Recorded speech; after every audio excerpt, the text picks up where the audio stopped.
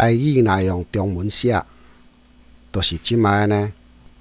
昨昏驶拖拉区退休的乌日送，骑奥多摆载搭米粉车仔车衫的乌肉送，去艋舺的菜市仔买沙西米，阁袂歹食哦。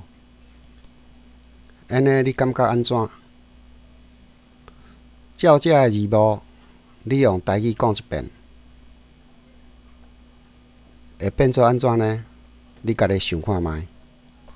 昨天开卡车退休的老阿伯，骑着机车踩缝纫机缝衣的老婆婆，去万华的菜市仔买青鱼片，还不错吃哦。